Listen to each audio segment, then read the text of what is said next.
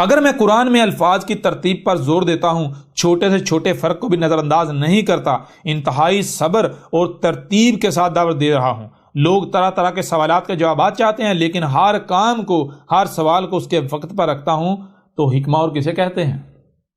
اور حکمہ کیا ہوتی ہے؟ کیا میں حکمہ کے ساتھ نہیں بھیجا گیا؟ حقیقت آپ کے سامنے ہے، اور میں نے کیا یہ سب کچھ کھول کھول کر نہیں رکھ دیا انتہائی حکمہ کے ساتھ کہ وہ سب کا سب جس میں آج تک خود کو مسلمان کہلوانے والے اختلافات میں پڑے ہوئے تھے۔ مثلا کوئی کہہ رہا تھا کہ الدجال آئے گا، تو کوئی کہہ رہا تھا کہ الدجال نام کی کوئی شے نہیں۔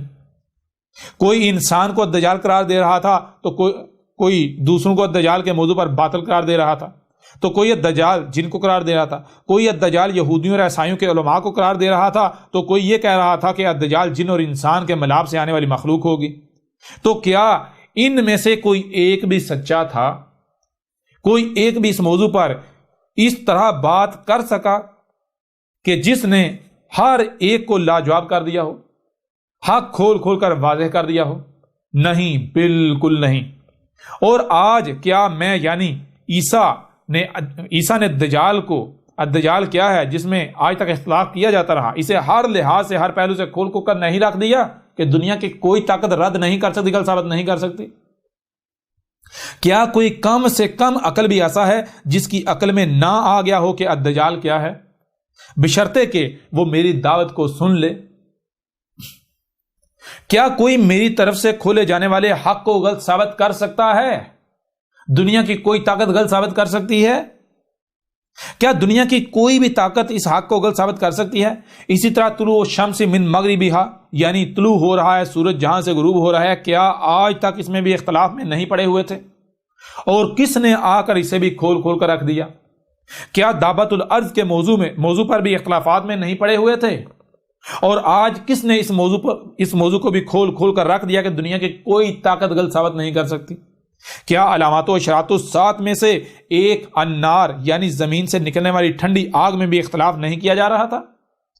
اور کس نے آج آ کر ہر پہلو سے کھول کھول کر حق واضح کر دیا کہ دنیا کی کوئی طاقت اس کا رد نہیں کر سکتی، اسے غلط ثابت نہیں کر سکتی؟ کیا قسطنطنیہ کی فتح میں بھی اختلافات نہیں کر رہے تھے، اختلافات میں نہیں پڑے ہوئے تھے، اختلاف نہیں کر رہے تھے آپس میں؟ اور کس نے آ کر کھول کھول کر رکھ دیا کہ دنیا کی کوئی طاقت اسے غلط ثابت نہیں کر سکتی؟ کیا غزوات الہند میں اختلافات کا شکار نہیں تھے؟ غزوات الہند کے حوالے سے اختلاف نہیں پایا جاتا تھا؟ کس نے آج غزوہ ہند کو اس قدر کھول کھول کر واضح کر دیا کہ دنیا کی کوئی طاقت اس کا رد نہیں کر سکتی، اسے غلط ثابت نہیں کر سکتی؟ کیا عرب، روم اور فارس کی فتح میں بھی اختلافات میں نہیں پڑے ہوئے تھے؟ کیا شیطان میں بھی اختلافات میں نہیں پڑے ہوئے تھے؟ کیا دخان میں بھی اختلافات میں نہیں پڑے ہوئے تھے؟ کیا الصلاۃ میں بھی اختلافات میں نہیں پڑے ہوئے تھے؟ کیا زکوٰۃ میں بھی اختلافات میں نہیں پڑے ہوئے تھے؟ تو کس نے آ کر ان سب کے سب کو کھول کھول کر واضح کر دیا کہ دنیا کی کوئی طاقت رد نہیں کر سکتی؟ کون ہے وہ؟ پھر اس طرح بڑھیں آگے، کیا سوم میں بھی اختلافات کا شکار نہیں تھے؟ سوم میں بھی اختلاف نہیں کر رہے تھے؟ کیا قبر اور عذاب قبر کے بارے میں اختلافات کا شکار نہیں تھے؟ اور کس نے آ کر ان سب کو کھول کھول کر واضح کر دیا؟ کیا ذوالقرنین میں بھی اختلاف کا شکار نہیں تھے، اختلاف نہیں کر رہے تھے؟ کیا سعد میں بھی اختلاف نہیں کر رہے تھے؟ کیا القیامہ، یوم یبعثون، الآخرہ، جہنم وغیرہ میں بھی اختلافات کا شکار نہیں تھے، اختلاف میں نہیں پڑے ہوئے تھے؟ اور کس نے آ کر یہ سب کا سب کھول کھول کر واضح کر دیا؟ کیا القاریہ میں بھی اختلاف نہیں کر رہے تھے؟ کیا الحاقہ میں بھی اختلاف نہیں کر رہے تھے؟ کیا آدم و خلق آدم میں بھی اختلافات کا شکار نہیں تھے؟ اور کس نے ان سب کو آ کر کھول کھول کر واضح کر دیا کہ دنیا کی کوئی طاقت رد نہیں کر سکتی؟ کیا مہدی میں بھی اختلافات کا شکار نہیں تھے؟ کیا عیسیٰ میں بھی اختلاف میں نہیں پڑے ہوئے تھے؟ کیا خاتم النبیین میں بھی اختلافات کا شکار نہیں تھے؟ اور کس نے آ کر ان سب موضوعات کو اس طرح کھول کھول کر واضح کر دیا کہ دنیا کی کوئی طاقت رد نہیں کر سکتی، غلط ثابت نہیں کر سکتی؟ بار بار بتایا کہ تم لوگ گالیاں دے سکتے ہو، بہتانات لگا سکتے ہو، الزامات لگا سکتے ہو، دشمنی کر سکتے ہو، لیکن احمد عیسیٰ کی کسی ایک بات کو بھی غلط ثابت نہیں کر سکتے۔ اگر دنیا کی کوئی طاقت احمد عیسیٰ کو کذاب ثابت کر دے تو جو کہو گے احمد عیسیٰ دینے کو تیار ہے، اور جان لو تم میں سے ہر ایک مانے گا۔ بہرحال آگے بڑھو، کیا لکھا ہوا ہے؟ کیا جس میں بھی اختلاف کر رہے تھے، ہر فرقے کا اس معاملے میں یہی دعویٰ تھا کہ صرف اور صرف وہی حق پر ہے اور باقی سب کے سب باطل پر ہیں، حالانکہ تمام کے تمام باطل پر تھے۔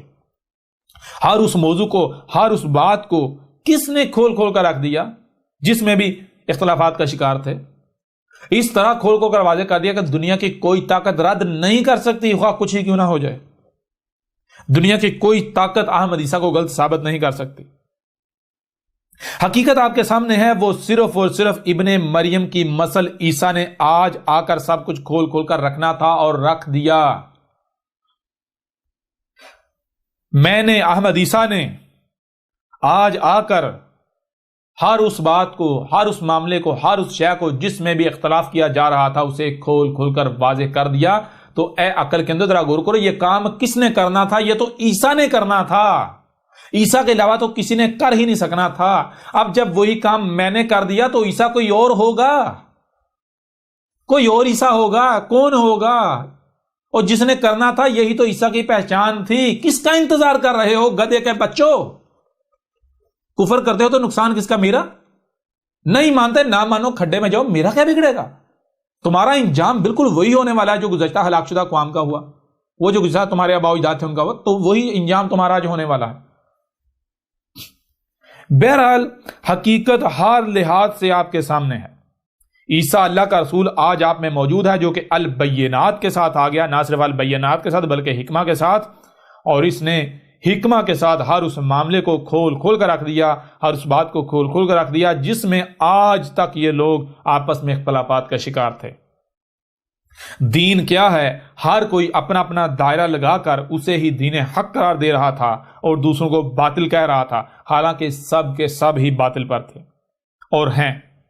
اور میں نے آج آ کر دین حق کو ہر لحاظ سے، ہر پہلو سے کھول کھول کر واضح کر دیا، یعنی بیان کر دیا۔